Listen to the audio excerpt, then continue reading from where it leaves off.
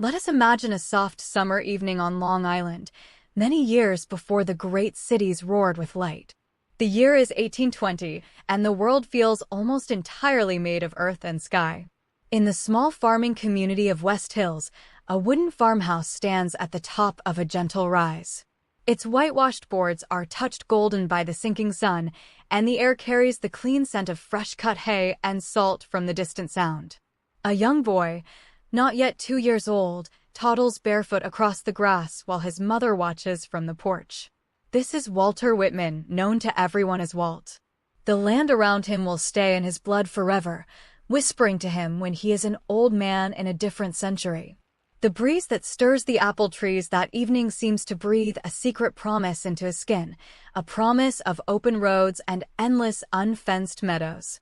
Inside the farmhouse, the hearth glows with a low, steady flame. Walt's father, a strong and silent carpenter, is carving a small wooden bird by the firelight. The family is of English and Dutch descent, plain country people who read the Bible and respect the turning of the seasons. Walt's mother, Louisa, moves quietly in the kitchen, her hands dusted with flour. Her voice is gentle, full of old stories about Quaker preachers and the wild geese that fly over the fields in autumn. The boy absorbs these stories like warm milk. He does not yet know that he will grow up to be a poet who writes about the body and the soul as if they were one and the same. For now, he is just a child watching the shadows dance on the wooden floor, listening to the slow tick of a grandfather clock that marks out the patient rhythm of a rural life. On long Sunday afternoons, the Whitman family walks down to the cold, lapping shore of the Long Island Sound. The water is a pale, silvery gray under the high clouds, and the pebbles are smooth under the boy's feet. Walt stands very still and watches a white sailboat pass far out on the water. He feels a strange, wordless thrill, a sensation that the world is huge and friendly and speaking directly to him. Seagulls call overhead, their voices fading into the immense quiet. His father points across the water and tells him about ships that sail to places called Brooklyn and Manhattan, where buildings rise 3 and 4 stories high. Walt can hardly imagine it. Everything he knows is here: the meadowlark's song, the smell of damp clover, the friendly bark of a neighbor's dog carrying across the fields at dusk. As Walt grows a little older, he begins to wander the hills alone. He discovers a hollow where a small brook runs over a bed of brownstones, and he spends hours there watching the water skaters drift on the surface.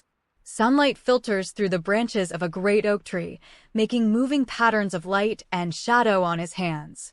He lies on his back in the grass and looks up at the blue sky until he feels dizzy with space. No one tells him to hurry. This is the quiet, extravagant education of a future poet, learning the names of wildflowers not from books, but from the soft touch of his mother's fingers, listening to the murmur of the wind until it becomes a kind of music. It is a childhood without grand events, filled instead with the slow, deep accumulation of images that will one day spill onto paper in long, breathing lines that refuse to rhyme. In the evenings, before the candles are lit, the family gathers on the porch. Neighbors sometimes join them, and the adults speak in low voices about crops, weather, and the distant news from the city. Walt leans against his mother's knee, half asleep, watching the fireflies begin to blink in the meadow. The conversation drifts around him like a warm current. He hears the words democracy and independence spoken with a kind of quiet reverence, though he cannot yet grasp their meaning. The older men talk about General Washington as if he were a saint, and about the Revolution as if it were a sunrise that never fully faded. These words sink into the boy's mind and become part of the soil from which his mature poetry will spring, a poetry that will celebrate the common man as sacred. But the peaceful rural life cannot last forever. When Walt is 4 years old, his father announces that the family will move to Brooklyn, where there is more work for a carpenter. The night before they leave, Walt walks out into the field behind the house one last time. The moon is full and hangs low over the dark line of trees. The grass is wet with dew, and the whole world smells of earth and sleeping flowers. He does not weep, he simply stands there, trying to memorize the feeling of the land under his feet. He does not know that this sensation of farewell will echo through a poem he will write 40 years later, a poem about a child going forth and how everything he sees becomes part of him. That night, he carries the Long Island hills into his dreams, a landscape that will never truly leave him again. The docks of Brooklyn in the 1820s are a different world entirely. The air tastes of salt and tar, and the streets are crowded with carts, sailors, and merchants shouting in half a dozen languages. The Whitmans rent a small wooden house on a narrow street within walking distance of the ferry. Walt, now a sturdy boy of 7 or 8, finds the city a continual astonishment. He watches the great horse-drawn wagons rumble past on cobblestones worn smooth by iron wheels. Every morning, he walks to a small public school where the light falls through dusty windows onto rows of benches. But his real education happens outside. He hangs around the ferry landing for hours, fascinated by the faces of strangers, the piles of cargo, the infinite motion of the river. The water of the East River is a muddy gray-green, but to Walt it seems like the highway of the world. His father's carpentry work is erratic, and money is often tight. But there is one source of comfort and wonder in the family's life: the world of printing. Walt's father knows many printers, and when Walt is only 11 years old, he secures him a position as an office boy at a law firm, and soon after as an apprentice printer at a newspaper. The moment the boy walks into the print shop, he feels the vibration of the press in his chest. The air is thick with the smell of ink and damp paper. The compositors stand at their cases, picking out individual metal letters with swift, sure fingers and arranging them into lines. Walt is entranced. He learns to set type himself, feeling each letter as a small, heavy piece of meaning. The clatter of the hand press is a rough lullaby that soothes his soul. In this smoky, noisy room, the boy discovers the physical magic of language, how words are made out of lead and ink before they enter the mind. In the quiet pre-dawn hours, before the printing press begins its thunder, Walt walks down to the Fulton Ferry slip. The sky is pale peach and lavender over the rooftops of Manhattan, and the water laps softly against the pilings.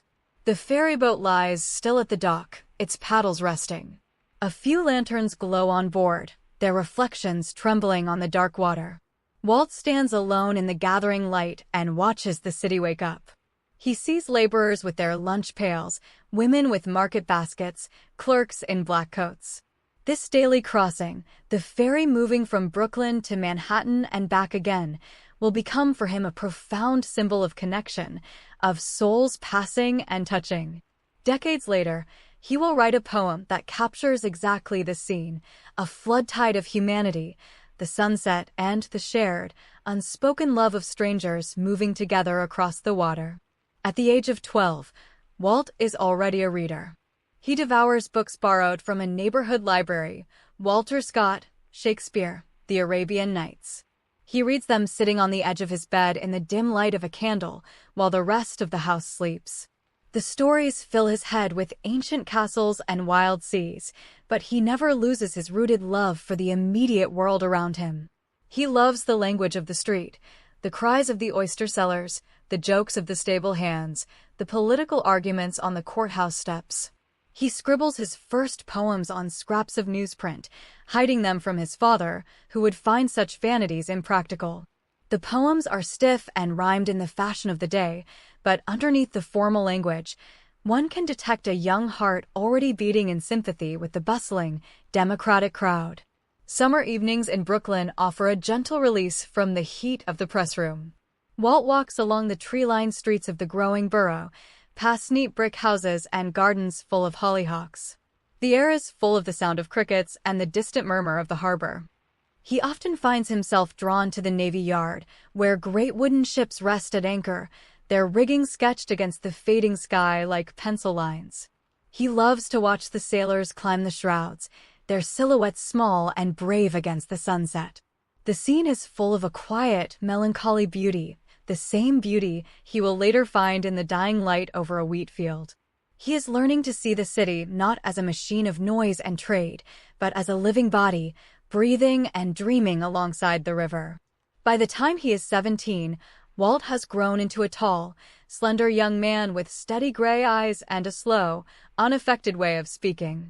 He has worked in several print shops, always moving, always learning.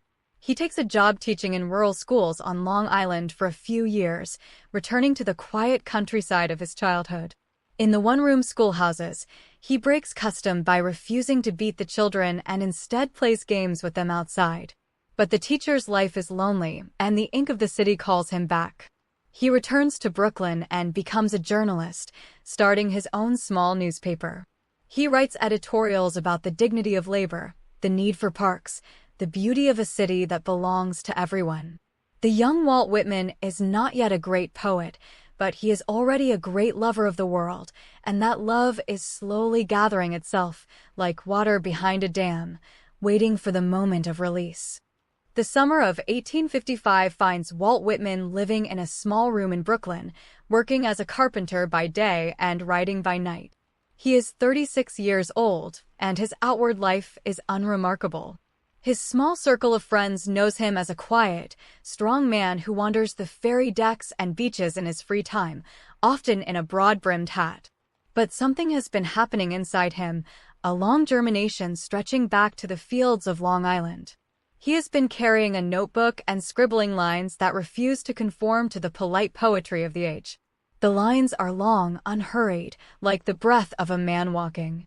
They do not rhyme. They celebrate the body, the grass, the city, the self, all in a voice that sounds like a joyous sermon or a confession spoken to the stars. Late at night, by the light of a single lamp, he begins to shape these fragments into a book unlike any America has ever seen. He works with a deep, patient calm.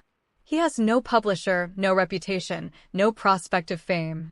He prints the book himself, using the presses of two Scottish brothers in Brooklyn who are willing to take on a strange job. Walt does not stay in the front office. He goes into the press room, rolls up his sleeves, and sets some of the type with his own hands. He loves the feel of the metal letters, the way a page grows from nothing into a solid block of language. The book is small, a thin volume bound in dark green cloth, with the title stamped in gold, Leaves of Grass. The cover is quiet, unassuming, almost hiding the electric charge within. On the frontispiece, instead of the author's name, there is only a steel-engraved portrait, a man in an open shirt, rough and lounging, hand on hip, looking straight at the reader with an expression of calm, intimate challenge. He is a working man, a lover, a prophet in a hat. The poems inside are earthbreaking. They begin with, "I celebrate myself," and they do not stop. Leaves of Grass speaks in a voice that encompasses everything: the shoemaker at his last, the girl sewing, the runaway slave, the swimmer naked in the creek, the president at his desk, the grass growing over the graves of young soldiers. The meter is not the tight meter of the parlor, but the rolling rhythm of the ocean. It is a democratic voice, a voice that says every atom belonging to you as good belongs to me. When Walt reads the poems aloud to himself in his room, the sound fills the silence like a slow, powerful tide. He knows that many will call it vulgar and shapeless. He does not care. He has found his soul's tongue, and the peace that comes with it is deeper than any fear. A few days after the book appears, Walt walks through the streets of Brooklyn carrying a few copies under his arm. He visits a bookstore, but no one seems to notice the slim green volume. He sends one copy by mail to a man in Concord, Massachusetts, a man he has never met but reveres from a distance, Ralph Waldo Emerson. Emerson is the reigning philosopher of American idealism, and Walt has been feeding on his essays like bread. A month passes in silence. Then comes a letter that will change the history of American letters. Emerson writes back with the kind of praise a young poet can only dream of. He calls Leaves of Grass the most extraordinary piece of wit and wisdom that America has yet contributed. He greets Walt at the beginning of a great career. Walt carries the letter in his pocket for weeks, taking it out to read under the gaslights of the street corners. The quiet validation is like sunlight on a field. Despite Emerson's blessing, the book does not sell well. Critics attack it as barbaric and obscene. But a small circle of freethinkers begins to gather around Walt. They visit his plain little room, where he receives them with a pitcher of water and a loaf of bread. They speak in low, earnest voices until the candle gutters out. Walt himself remains unchanged by the controversy. His daily habits are as simple as ever. He rises early, bathes in the cold water of the East River during the summer months, and walks for miles along the shore. He loves to stand on the deck of the Fulton ferry during the afternoon crossing, when the light turns everything golden and the gulls will above the churning wake. He feels that his truest poem is not in the printed book, but in the living moment, the ordinary perfection of a face, a leaf, a cloud. As the 1850s draw to a close, Walt expands leaves of grass again and again, like a tree adding rings. He adds new poems that are even more tender and cosmic. He writes of the love of comrades, of the great silent ocean of death, of the body electric. He walks the crowded streets of Broadway with a profound sense of connectedness to everyone he passes, from the judge to the beggar. In the afternoons, he visits the sick in the Brooklyn hospital, sitting silently with those who have no one. His presence is calm, radiant, without condescension. He listens more than he speaks. He is practicing, without knowing it, for the great trial of compassion that will soon engulf the nation. The little book with the green cover is no longer just a book. It is a portal into a new way of seeing, and it will grow, like the grass it celebrates, for the rest of his life. In the winter of 1862, Walt Whitman travels to Virginia, but not as a soldier. He is searching for his younger brother George, who has been listed as wounded in the newspapers after a terrible battle. Walt makes his way through the mud and the anxious, overcrowded trains until he finds George alive, but the journey changes him forever. He sees, for the first time, the vast camps of the Union Army and the makeshift hospitals where the wounded lie in long, silent rows. The sight does not inspire him to take up arms, but to take up a simpler, deeper duty. He returns to Washington, D.C., and moves into a small rented room. He will not fight, but he will stay, and he will offer his presence, his calm, and his endless stores of kindness to the broken young men who fill the wards. This is how Walt Whitman becomes a wound dresser, a volunteer nurse for the remainder of the Civil War. The hospitals of Washington are spread through old government buildings, churches, and even the Patent Office, whose high glass ceilings let in a milky, filtered light that falls gently on hundreds of narrow cots. Walt enters these quiet halls with a basket of fruit, paper, envelopes, and small jars of jam. He wears a plain gray suit and a soft hat, and he moves slowly, with a heavy, reassuring gait. The air smells of disinfectant and blood, but also of the fresh winter air that leaks through the cracked windows. The soldiers, many of them mere boys from Ohio, Maine, and Michigan, lie under coarse blankets. Their faces light up at the sight of him. They call him Walt or Uncle Walt, and they reach out their pale hands to him. He does not shy away from the mangled limbs or the feverish cheeks. He sits down heavily on the edge of a cot and simply says, "Well, dear comrade, how are you this morning?" Walt's days assume a steady, gentle rhythm. He arrives early, before the ward stoves have fully warmed the air, and stays until the candles are lit at dusk. He writes letters home for the soldiers who cannot write, dictating their affection in his own sprawling hand. He reads aloud from Shakespeare, from the Bible, from the new poems of Tennyson. His voice is low and unhurried, and many a restless boy falls into a deep, healing sleep while Walt murmurs about the green fields of Avon or the lilies of the valley. He brings peppermints and crackers, and he holds the hand of the dying without flinching. He kisses the forehead of a boy who calls for his mother in the night. He records these hours in small notebooks, fragmentary entries that will later become his most personal, aching prose in memoranda during the war, and the heartrending poem, The Wound Dresser. Despite the suffering around him, Walt finds in the hospital a profound, awful beauty. He witnesses the deepest expressions of human courage and tenderness. He watches a young drummer boy from Massachusetts share his only clean shirt with a comrade. He sees a Confederate prisoner, sick and alone, weeping quietly into his pillow, and Walt sits beside him just the same, offering a cup of cool water. In the quiet, candlelit hours after midnight, when the groans grow softer and the night nurse dozes in her chair, Walt walks slowly between the rows of cots, and the whole building seems to him like a cathedral, with pain and mercy burning as dim lamps. He does not speak of glory or battle. He speaks only of the goodness of the common soldier, the divine spark in the most broken body.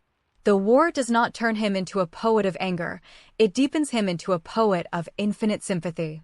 On a quiet Sunday afternoon, when the president comes to visit the hospitals, Walt sees Abraham Lincoln passing through the wounded. Walt, who had often seen Lincoln riding through the streets of Washington, notes the deep sadness in the president's gray face, the heavy, shuffling step. They never speak, but they exchange a long look, two tall, homely men who carry the weight of the nation in their chests. That silent exchange will haunt Walt for the rest of his life. When Lincoln is killed years later, Walt will pour his grief into the poem, When Lilacs Last in the Dooryard Bloomed, one of the greatest elegies in the English language. But here in the hospital, Lincoln is simply a sad man in a black coat, bending over a cot to murmur a few words of comfort, and Walt is simply a poet who has rolled up his sleeves to do the quiet work that language alone cannot do. Evening after evening, Walt returns to his little room exhausted, his heart heavy with the day's sorrows. But he does not retreat into despair. He sits at his small table and writes down what he has seen, not to record horror, but to preserve the individual faces, the small kindnesses. He writes by the light of a gas lamp, and outside his window the city of Washington settles into a wartime silence, broken only by the distant tramp of a patrol. His health begins to suffer from the strain and the poor air, but he cannot stop. He is bound to his boys by 1,000 invisible cords of love. This experience, more than any other, convinces him that democracy is not an abstraction, but a living, breathing fabric of mutual care, tested and mended in the quiet spaces between strangers. When the war finally ends, Walt will carry these memories like a sacred text, and they will infuse his later poems with a deeper, more tragic tenderness. After the war, Walt Whitman settled in Camden, New Jersey, a quiet industrial town across the river from Philadelphia. He was in his early 50s, but a paralytic stroke had left him partially lame, and his body had begun its long, slow decline. He lived in a small, modest house on Mickle Street, a house bought with the help of friends and admirers from England. The house was cluttered but warm, filled with stacks of books, papers, and the steady, caged song of a canary. Here, in the last 2 decades of his life, Whitman became the figure the world now remembers, the old, bearded sage with the broad felt hat and the calm, oceanic gaze. He spent his days in a patch of sunlight by the window, receiving visitors, writing quiet poems, and watching the seasons turn over the modest back garden. The pace of his life slowed to a rhythm as gentle as the lapping of the nearby Delaware River. His mornings began with the light. He slept in a small room upstairs and would often wake early, propping himself on his pillows to watch the sunrise stain the sky above the rooftops of Camden. A nurse or a friend would help him down the narrow stairs, and he would settle into his rocking chair by the front window, a gray blanket over his knees. From this spot, he could see the comings and goings of the street, the milkman's cart, the children running to school, the neighbor's cat sunning itself on the wooden sidewalk. He loved these tiny, ordinary spectacles with a passion that had not dimmed since his Brooklyn days. He would call out a greeting to anyone who passed, and often the children would wave back, calling him Uncle Walt. He was the neighborhood's living monument, but a monument that breathed, laughed, and smelled of fresh apples. In the afternoons, when the light grew heavy and golden, he would have himself wheeled or would hobble with a cane to the Delaware River waterfront. This was his great consolation. He found an old, overturned boat near the ferry dock and loved to sit on it for hours, watching the slow, brown current move toward the sea. The river was industrial and gritty, but in the slant of the afternoon sun, the oil slicks turned to rainbows and the smoke from the factories became a soft haze. He watched the gulls and the swallows, the barges piled with coal, the ferry boats crossing just as they had in his youth. Here, in the open air, he felt a deep, abiding peace. He composed poems in his head, whispering the lines under his breath, then went home to scribble them onto scraps of paper with a pencil stub. These late poems were shorter, sadder, but still full of wonder at the common light. His little house on Mickle Street was not a place of loneliness. A stream of visitors came to his door, young poets from Boston, journalists from New York, painters from London, and curious travelers who just wanted to touch the hand that wrote Leaves of Grass. Whitman received them all with a democratic, unpretentious warmth. He might offer them a chair, a glass of water, and then launch into a long, rambling talk about the moon, the sea, or his love for opera.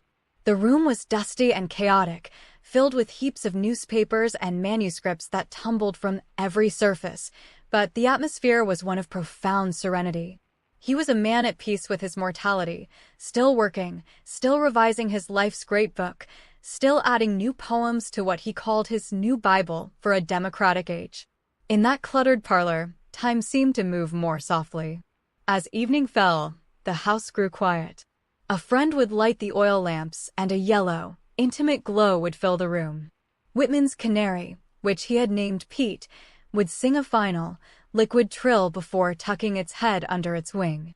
The old poet would sit in his chair, no longer talking, simply breathing. He believed that the deepest poetry was in the silence between words, the stillness of a body at rest.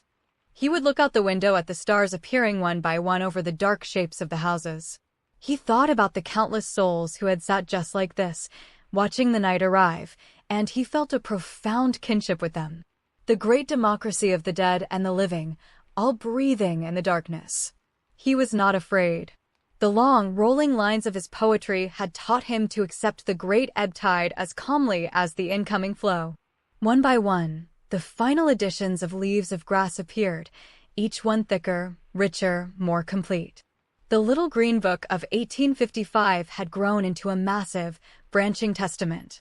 Critics who once sneered now called him the good gray poet, and he accepted the title with a quiet smile, though he was neither entirely good nor entirely gray.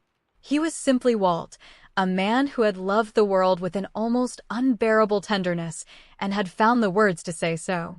On soft summer nights, when the scent of honeysuckle floated in through the open window and the distant noise of the ferry whistle came across the water, he would close his eyes and feel that his work was done.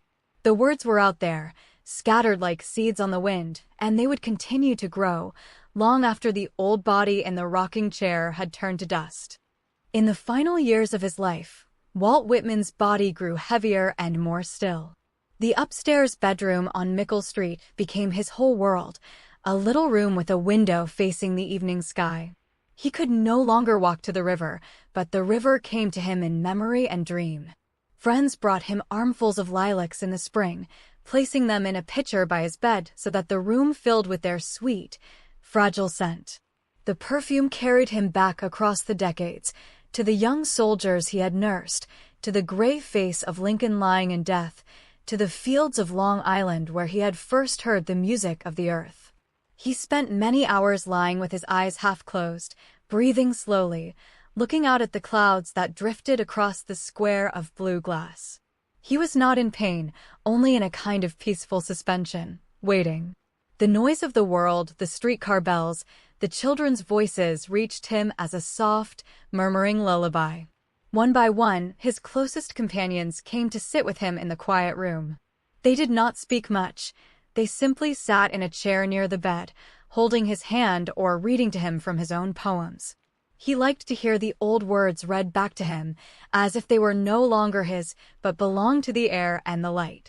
A young disciple, Horace Traubel, came almost every day with a notebook, and Walt would talk in a low, wandering voice about anything that drifted through his mind, the taste of a peach, the sound of a mockingbird in Virginia, the way the moonlight once fell on a sleeping soldier's face. These conversations, later published in 9 volumes, became the gospel of his old age, a testimony of gratitude, unbroken by age or infirmity. There was no bitterness in him, only an immense, tired tenderness. The garden behind the house, which he could no longer visit, continued to bloom and fade with the seasons. A friend would describe it to him in detail, the hollyhocks standing tall against the fence, the bees moving lazily among the clover, the green apples growing fat in the sun. Walt would listen with a faint smile, closing his eyes to paint the scene on the inside of his lids. He had always believed that the real world was more beautiful than any heaven imagined by the churches, and he was content to let his final glimpses of it be these second-hand, loving reports. He often said that he was preparing for the greatest adventure, which he called death, and he imagined it not as an end, but as a dispersal, a return to the grass, the clouds, the good brown earth. On the night of the 26th of March, 1892, the spring air was still and cool. A light rain had fallen in the afternoon, and the streets of Camden glistened under the gas lamps. In the upstairs bedroom, the lamp was turned low, and Walt lay breathing slowly, so slowly that each breath seemed a separate, gentle event. The family and a few friends stood around the bed without speaking. The canary in its cage downstairs was silent. Outside, in a neighbor's yard, the first lilac bushes of the season were beginning to open their tight, purple buds. The scent was not yet strong enough to enter the room, but it was there, waiting. As the old poet's breathing grew shallow and stopped, the room did not feel empty. It felt, as one friend later wrote, as if a great, kind light had simply moved to the other side of the door. Walt Whitman passed from the world as gently as a leaf falling onto still water. His death was not a break, but a completion. The body that he had celebrated so joyously in song was laid to rest in a tomb built of rough gray stone in Harley Cemetery, a burial place he had designed himself among the trees. The tomb looked out over a small lake, and on quiet afternoons you could hear nothing but the wind in the oaks and the distant song of a thrush. But the true resting place of Walt Whitman is not in Camden. It is in every line of Leaves of Grass, where his voice still rises and falls like the tide, calm, unurgent, full of affection for the simple fact of being alive. His words, which once shocked a nation, have become a part of the very air America breathes, a standing invitation to look at a spear of grass, a ferry passenger, or one's own reflection in a pond, and to see the universe glimmering back. And so we leave him there, not in a tomb, but in the enduring peace of a summer twilight. Imagine, if you will, a long, empty beach at the close of day. The sky is a soft wash of peach and lavender, and the waves curl in with a slow, rhythmic hush. A tall old man with a white beard walks alone along the tidal-line, leaving no footprints in the wet sand. He pauses now and then to look at a shell, a stranded starfish, the far-off sail of a ship. He is in no hurry. The whole world, with all its sorrow and glory, seems to rest gently on his shoulders, and he accepts it as easily as breathing. The light fades, the first stars appear, and the sea whispers on. This is the true end of our story, a story that has no end, because the grass continues to grow, and the good gray poet continues, somewhere, to sing.